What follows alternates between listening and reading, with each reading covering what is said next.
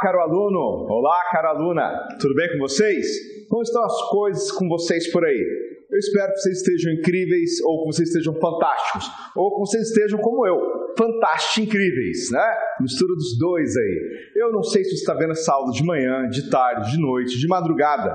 Não sei se você está vendo essa aula a caminho do seu trabalho, no seu intervalo do horário do almoço, ou aí no conforto do seu lar. Quem sabe você está vendo essa aula aí direto da praia, não é mesmo? Olha, é uma vantagem, tá? Ver essa aula direto da praia é uma vantagem enorme. Para mim, inclusive, porque a minha aula fica melhor, né? Tudo fica melhor na praia. Pelo menos, para mim, tudo fica melhor na praia. Como você já sabe, nós estamos aqui trabalhando a disciplina de técnicas de negociação e vendas.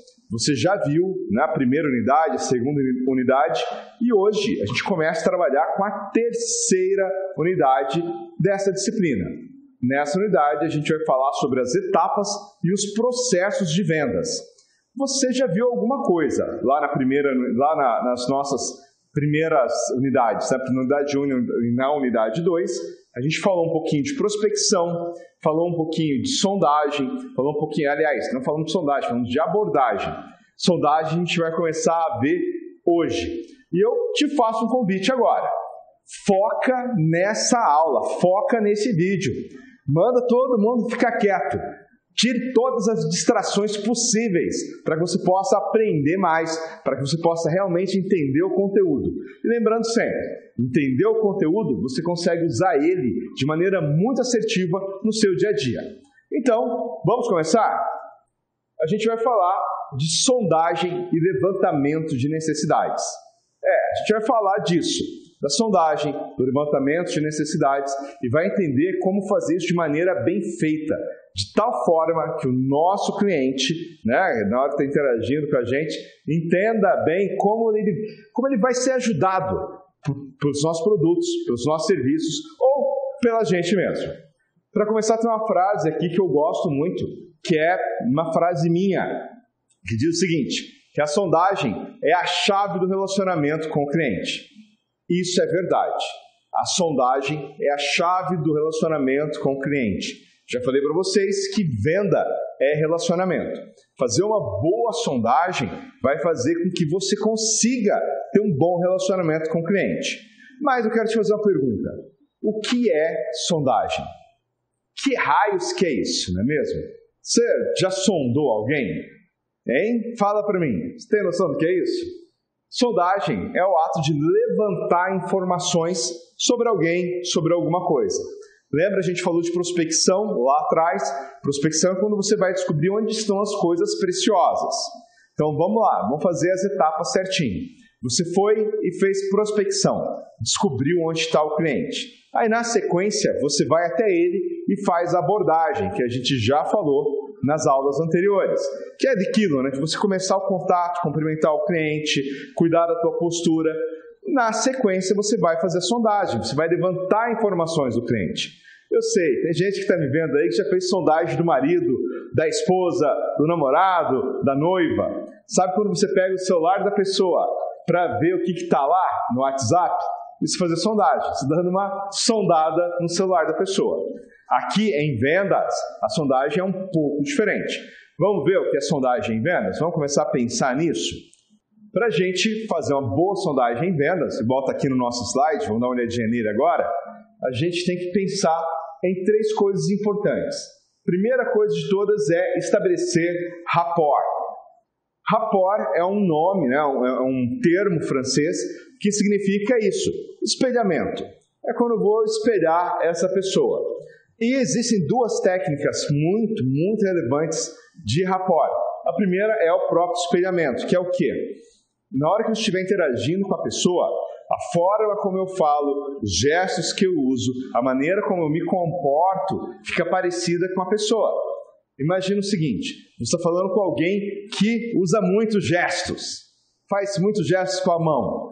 Você, na hora que estiver interagindo com essa pessoa, com esse seu cliente, você vai fazer alguns gestos com a mão também. Quero deixar claro que você não vai imitar ele, beleza? Não é imitar igual um mímico, não. Mas, por exemplo, vamos supor que você está conversando comigo. Eu estou fazendo um gesto, de repente eu paro e levo a mão no queixo e rapidamente volto a gesticular com você. Você pode fazer isso, de repente você leva a mão no rosto. O que acontece? Quando a gente começa a fazer o espelhamento, o subconsciente vai falar assim: essa pessoa é parecida com a gente. Se essa pessoa é parecida com a gente, nós podemos confiar um pouco mais nela. Pensa aí, você confia mais em pessoas parecidas com você ou em pessoas que são totalmente estranhas? Então o rapport começa aí. Outra técnica de rapport é a hora que você modula a sua velocidade de voz e o seu tom de voz. Imagina que uma pessoa fala rápido demais. Se você fala muito lento, você acaba se distanciando da pessoa. Então você tem que adequar a maneira como você fala com a da pessoa. Tem um detalhe aqui, presta atenção no que eu vou te dizer. Se a pessoa está falando de forma rude com você, está falando de forma grosseira, aí não, você não vai fazer isso com ela. Mas você tem que adequar sim a maneira como você vai se comunicar com ela de uma forma que ela entenda, beleza? Outra coisa importante no rapport, a reciprocidade. Lembra, a gente comentou lá da reciprocidade de acordo com o Robert Cialdini. Então, a reciprocidade tem muito disso. O que eu vou estar dando em troca? O que eu vou estar sendo recíproco com ela? Então, eu dou informações para essa pessoa que são relevantes para ela. Porque aí a gente começa a melhorar esse relacionamento e a estabelecer aí um relacionamento que pode vir a ser um relacionamento de longo prazo. Outra coisa importante no rapport, na hora que você... Perdão, coisa importante na sondagem. Saiba fazer perguntas. Saber fazer pergunta é algo muito importante. E, basicamente, existem 2 tipos de perguntas, sabia? Deu um nó na cabeça aí? Complicou a tua vida agora? Como assim? Só existem 2 tipos de perguntas. Só o meu filho mesmo faz um monte de perguntas, me deixa maluco, me deixa doida. Sim, gente, só existem 2 tipos de perguntas. Dentro desses tipos existem milhões de perguntas que são possíveis.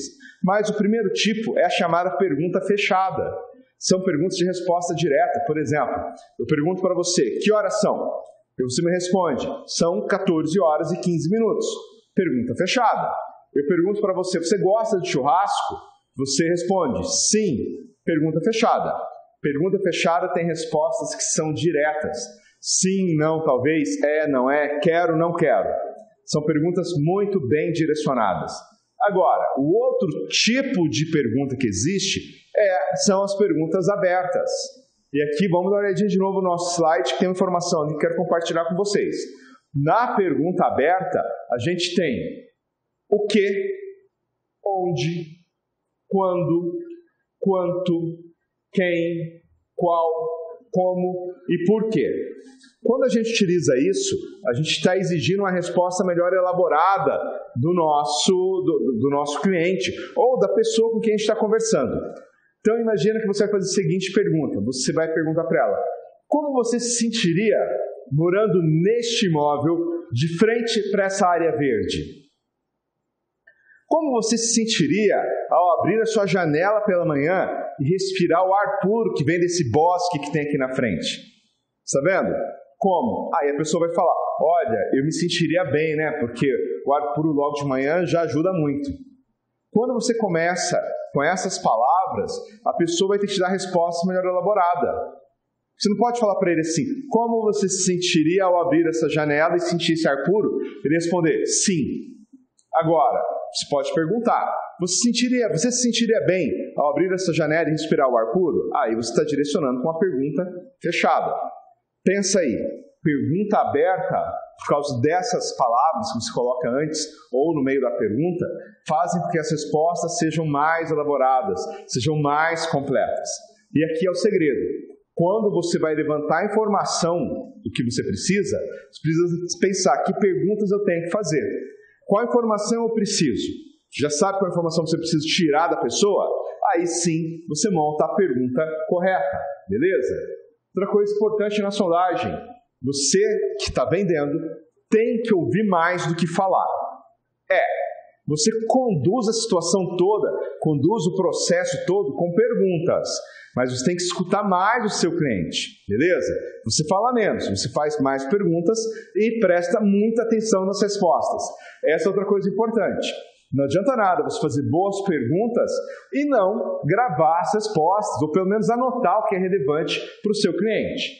Outra coisa importantíssima: o cliente está te dando uma resposta, não interrompa ele. Espera ele verbalizar tudo. Nós temos um defeito enorme. A gente faz as perguntas, o cliente começa a dar resposta, faz uma pergunta aberta, e o cliente está contando uma história para justificar a resposta dele. A gente tem um hábito de deduzir. E dedução é muito complicado. Você tem 50% de chance de acerto e 50% de chance de erro. Então, na hora que você está escutando o seu cliente, não interrompa ele e não faça deduções. Escute tudo que ele te falar. Outra coisa importante, toma cuidado com perguntas fechadas. Por quê? Porque perguntas fechadas podem acabar com a conversa rapidamente. Pode falar para ele: então, você gosta desse tipo de casa? Aí fala: não. Acabou. Já tomou um banho de água fria ali. Então toma cuidado. O Neil Heckman, que é o escritor de um livro chamado Spin Selling, tá? Excelente livro, traz algumas perguntas, algumas formas de você perguntar para te ajudar. Ele fala que existem perguntas de situação que ajudam o vendedor a entender o contexto do cliente, que isso é muito importante. Você vai perguntar são situacionais. Por exemplo, onde você precisa morar? Onde você trabalha? Aí ele vai falar: olha, eu trabalho na região norte da cidade. Para mim seria melhor ter uma casa lá perto para não pegar trânsito. Situação. Perguntas problemas visam descobrir qual é a dor que o cliente precisa sanar. Você pode perguntar para ele: escuta, qual é o seu problema com relação a morar neste bairro? Ele vai falar para você: olha, fica longe da escola dos meus filhos. Beleza, já sabe que aquele bairro não é adequado. Perguntas de implicação. Tem o objetivo de mostrar ao cliente quais as consequências de não resolver o problema que está enfrentando. É quando você pergunta assim: fala para mim, se você não comprar este imóvel agora e perder a oportunidade de morar aqui onde você quer, como isso pode impactar na sua vida? Aí ele vai falar: olha, cara, minha esposa vai me matar. Putz, se eu não conseguir comprar esse imóvel agora, eu vou ter que pagar mais um ano de aluguel, porque eu vou ter que renovar o contrato. Então, essas perguntas vão fazer com que o cliente te dê informação e reflitam sobre a situação dele.